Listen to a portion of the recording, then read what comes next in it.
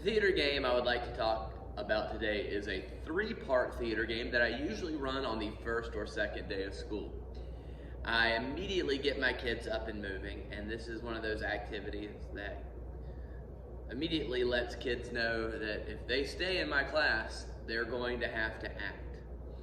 I call this faces, letters, and scenes, and throughout this activity, I tell the kids to keep up with their score, and then I see who has the most points. Not that it really matters, but it's one of those things that kids do enjoy.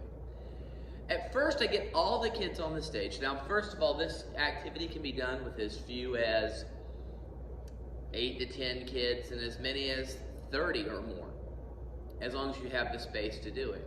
Initially, I have everyone on stage, and I tell them that when I say go, I want them to jog in place. Now, they don't have to jog vigorously, but they have to get moving, because that will get their brain off what I want. I want them to basically be able to create quickly. Now, I'll say, I'm going to tell you an emotion, and when I say stop, you'll stop running and immediately freeze in that emotion. So they'll be jogging, I'll say happiness, and I'll go 3, 2, 1, and they'll show me happiness with their face and their body.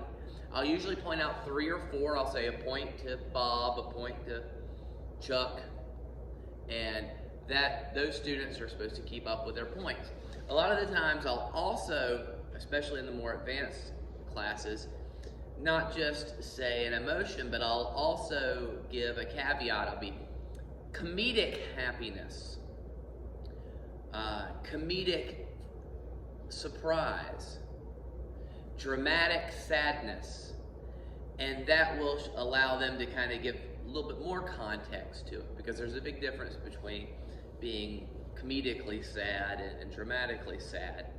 And I'll be giving points out the whole time, trying to spread them out, but I always tell my kids, I don't just give sympathy points. If you're not putting in effort, I'm not going to just be, well, Eddie there doesn't have any points, he gets a point now. I don't do that.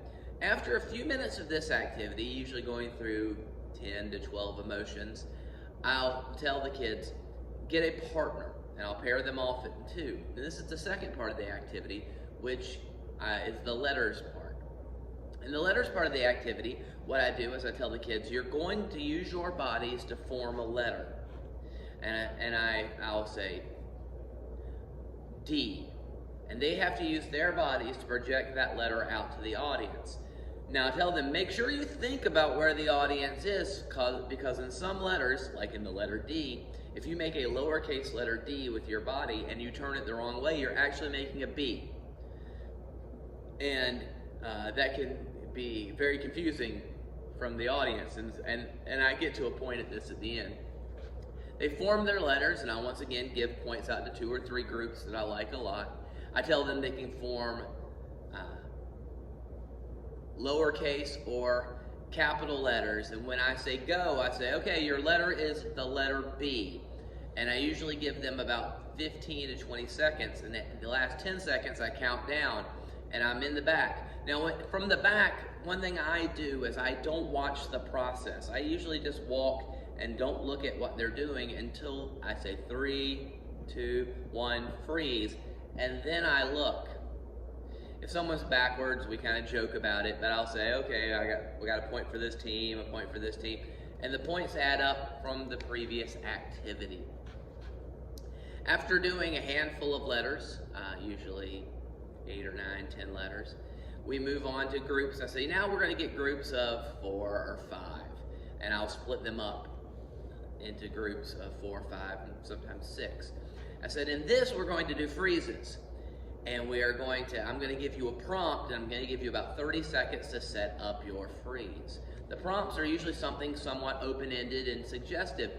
It could be, the aliens have landed, but they weren't what we thought they'd be. And the students would then have to create a scene and freeze it to show me that. Over the years, I've had some really great ones. Last year, I had a group of beginner students.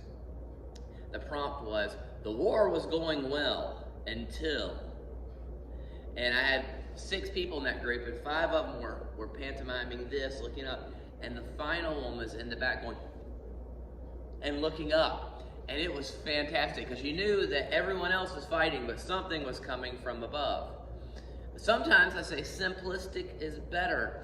I had a prompt one time. The prompt was, one of these things is not like the other. And I had 4 very short white girls and 1 very tall African-American male in a group. And they just lined up 1, 2, 3, 4 with the boy in the middle, and the girls all had their hands crossed and kind of looked grim, and the boy in the middle was just going. And it was just a fantastic picture. I try to allow them a lot of room to be creative, and they always step up on this game. And I give out a point to the group I like the best, and sometimes I'll give out a half point to the group I like the second best, if there's a group that I think is also come up with a good idea.